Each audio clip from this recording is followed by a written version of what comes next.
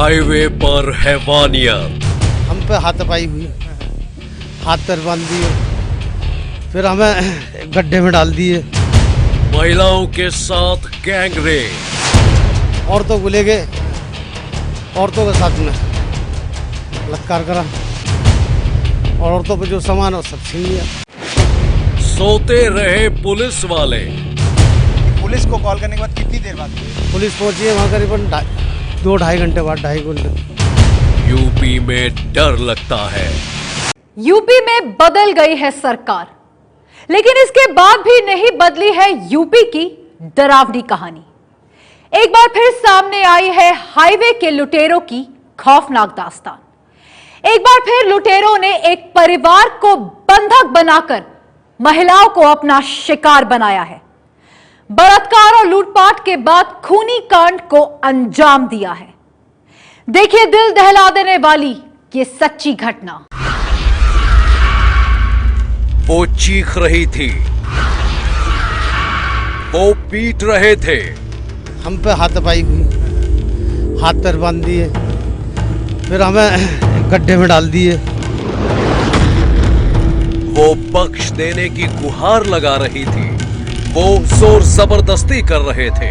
औरतों को ले गए, औरतों के साथ में बलात्कार करा और औरतों पे जो सामान है सब छीन लिया।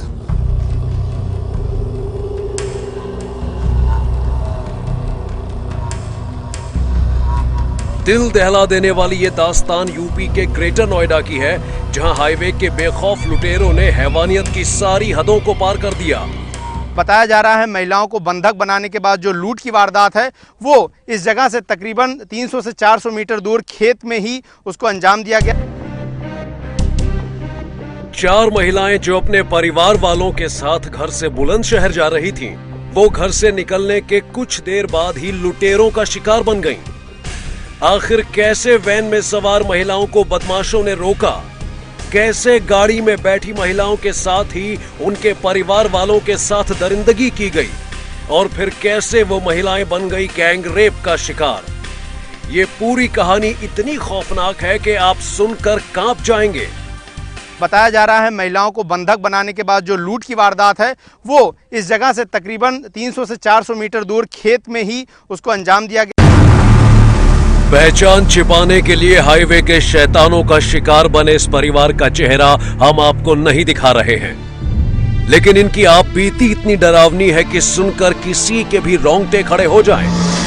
ग्रेटर नोएडा के जेवर इलाके में रहने वाले इस परिवार की माने तो रात तकरीबन 1 बजे अस्पताल में भर्ती अपने एक रिश्तेदार से मिलने ये बुलंदशहर जा रहे थे। पूरा परिवार इसी इको वैन में सवार था।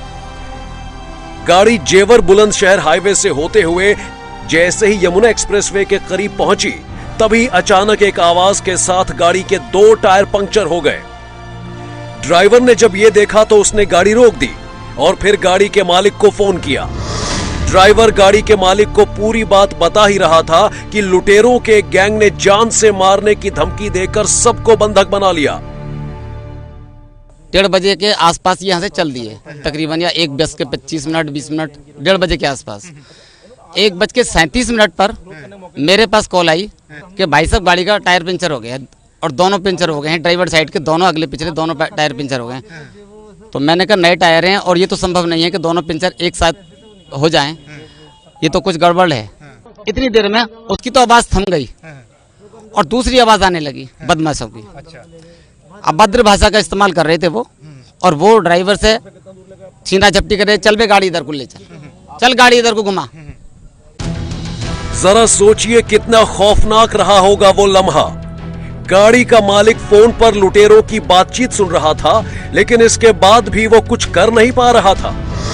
लुटेरे गाड़ी के ड्राइवर के साथ ही गाड़ी में बैठी महिलाओं और उनके परिवार वालों को धमकी दे रहे थे।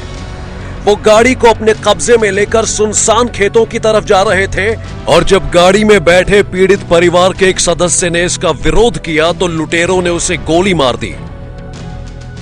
और अब हम आपको यहाँ पर दिखाना चाहेंगे कि जो 4 महिलाएं और 4 पुरुष जिनको यहाँ पर बंधक बना के लाया गया, जिनमें से एक को गोली मारी, वो गोली मारने के बाद जो खून बहा वो उसके निशान यहाँ पर देखे जा सकते हैं।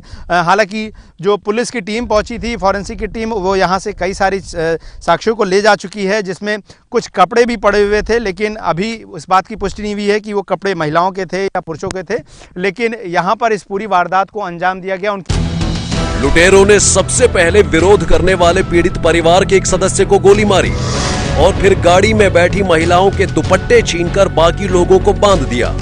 आगे जो हुआ उसकी कहानी और भी डरावनी है। हम गाड़ी पे गए तो गाड़ी पे ही गए, साथ साथ गए इन्हों की सफेद गाड़ी, तो हाईवे पे जाके नहीं, हाईवे से आ गए हमारी गाड़ी में, फौरन इन्होंने एक को मारा छल्ला, क्या कहते हैं, हाँ पहिया फट गया, फिर दूसरे में मारा, पहिया फट गया। गाड़ी में से हम निकल के आए और गाड़ी में से निकले, छुट्टियां पकड़ पकड़ के हमारी, और 5-6 जने और आए, उन्हों को बुला लिए, 3 जने गए हैं, लेकर जंगल में को ले गए। सारे पैसे जो मरने वाला भैया 1 लाख रुपए तो उस पे, 11,000 रुपए मिस पे लॉटरी के आए कल्ली, जो मैं लेकर गई। हमारी बहन नु कह रही पैसे ढेले से उससे आई, और 30,000 रुपए इसके पापा पे। हाँ, तो फिर उसके बाद क्या, उनके पास कट्टा भी था, मारा पीटा? हाँ, बुंदे भी उतार लिए, बाली उतार ली, सैंपल उतार ली, कुछ नहीं छोड़ा, सब कुछ उतार लिया। पीड़ित परिवार के मुताबिक लुटेरों ने जान से मारने की धमकी देकर उन्हें खामोश कर दिया था। उनके हाथ पैर बंधे थे और वो खेतों में चुपचाप पड़े थे। इसी बीच लुटेरों ने उनके परिवार की 4 महिलाओं के साथ बलात्कार किया और फिर गहने और कैश लूट कर भाग गए। जो बताया जा रहा है महिलाओं को बंधक बनाने के बाद जो लूट की वारदात है, वो इस जगह से तकरीबन 300 से 400 मीटर दूर खेत में ही उसको अंजाम दिया गया, जहां पर बंधक बनाया गया और परिवार वालों के मुताबिक रेप की वारदात को अंजाम दिया गया। पीड़ित परिवार के मुताबिक लुटेरों ने तकरीबन 2.5 घंटे तक उनके साथ दरिंदगी की। जिस समय उन्हें बंधक बनाया गया था, उस समय ड्राइवर की फोन कॉल पर लुटेरों की बातचीत सुनकर गाड़ी के मालिक ने पुलिस को फोन भी किया था। लेकिन आरोप है कि पुलिस इसके बाद भी मदद के लिए समय पर नहीं पहुंची। पुलिस को खबर 2:32 पर दी गई और इस प्रक्रिया में करीब 3:53 पर पुलिस हमारे साथ चली। तकरीबन 1.5 घंटे लगे। हाँ, 1 घंटे से ज्यादा। हाईवे से कितनी दूर है वो जगह? हाईवे से 3 किलोमीटर के, मात्र 2 किलोमीटर के। मात्र 2 किलोमीटर में 1.5 घंटे लग गए। एक एक्सप्रेस वे से मात्र 2.5 किलोमीटर दूर और एक चलती फिरती सड़क से मात्र 100 मीटर की दूरी पर इस तरह से वारदात को अंजाम दिया गया और पुलिस को पहुंचने में इतना वक्त लग गया। पीड़ित परिवार का आरोप है कि गाड़ी के मालिक की फोन कॉल पर अगर पुलिस फौरन हरकत में आई होती तो लुटेरे इतनी बड़ी वारदात को अंजाम नहीं दे पाते, वो पकड़े जाते। लेकिन हमेशा की तरह यूपी पुलिस तो तभी आई जब बदमाश मर्डर और महिलाओं से गैंगरेप की वारदात के बाद मौके से फरार हो चुके थे। हालांकि इतने बड़े कांड के बाद भी पुलिस के आला अफसर अपनी तत्परता का ढोल पीट रहे हैं। मैं आपको बता दूं फॉर योर काइंड इन्फॉर्मेशन, हमारे पास जो लॉग है, ठीक है, दैट इज़ रिकॉर्डेड। तो 3:30 बजे ये सारी चीज़ें, क्योंकि 3 बजे के आसपास तो मुझे ही इन्फॉर्मेशन मिल गई थी, मैं निकल पड़ा था। तो आई वॉज हेयर अराउंड, मैं जितना भी टाइम लगता है 40-45 मिनट, तो मैं ही खुद आ गया था। तो ये कहना गलत है कि ये इन्फॉर्मेशन हो सकता है कि यहाँ से वो जो डायल 100 को कम्युनिकेट करने में वहाँ से जो भी टाइम लगाओ, but as soon as we receive the call, the PRV vehicle also and PCR vehicle also along with the Thana and all immediately rushed to the place. Police का दावा है कि पीड़ित परिवार के फोन कॉल के साथ ही वो हरकत में आ गई थी। पूरे घटनाक्रम की जांच की जा रही है और जल्द ही हाईवे के उन शैतानों को गिरफ्तार कर लिया जाएगा जिन्होंने इस कांड को अंजाम दिया है। एग्जैक्टली हो सकता है उसी टाइप का कोई गैंग हो, बट हम लोगों को पूरा विश्वास है कि हम लोग बहुत जल्दी इस गैंग को वर्कआउट। अभी कुछ पकड़ में नहीं है अभी कोई? अभी नहीं है, लेकिन हम लोगों की टीम लग गई है, एसओजी टीम लग चुकी है, सर्विलांस टीम लग चुकी है, इवन एसटीएफ को भी हम लोगों ने, एसटीएफ की टीम भी इसमें लग गई है। तो we are very sure, we are very confident कि जल्दी हम इसको वर्कआउट कर लेंगे।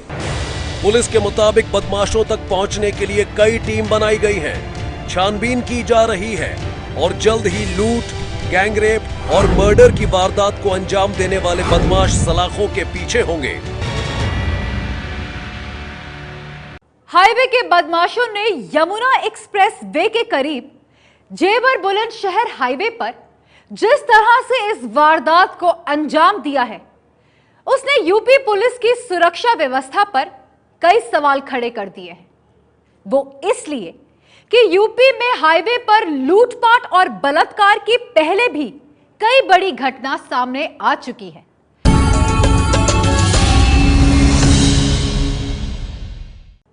यूपी में सरकार तो बदल गई है, लेकिन इसके बाद भी नहीं बदली है यूपी की डरावनी कहानी।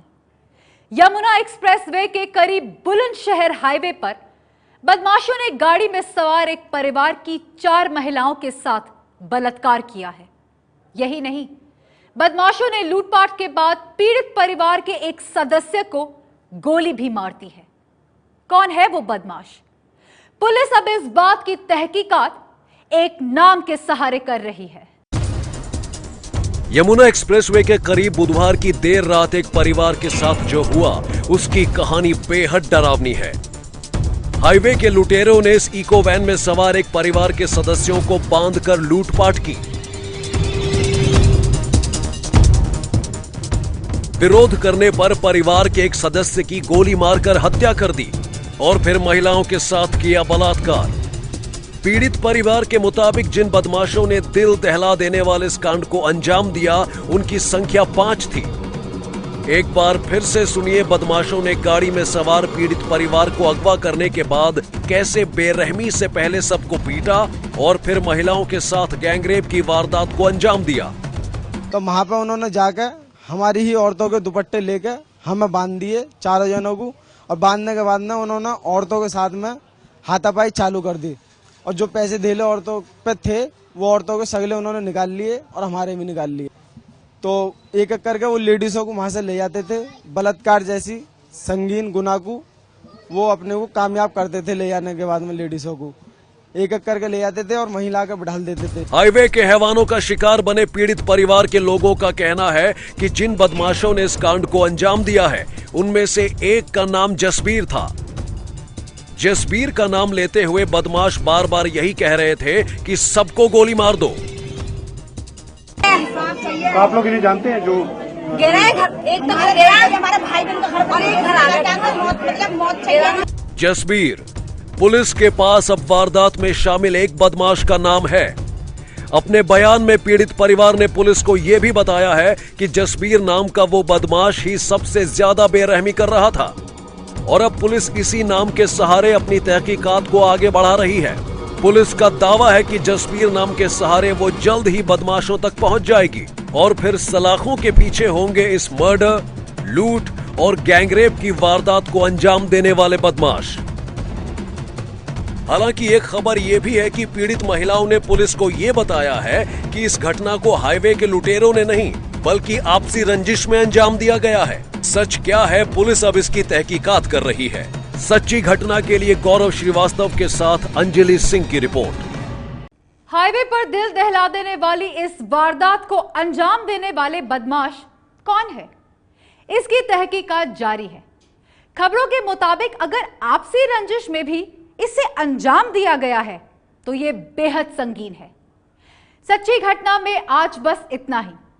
मैं कल फिर आऊंगी आपके शहर की कुछ और सच्ची घटनाएं लेकर। तब तक देखते रहिए एबीपी न्यूज।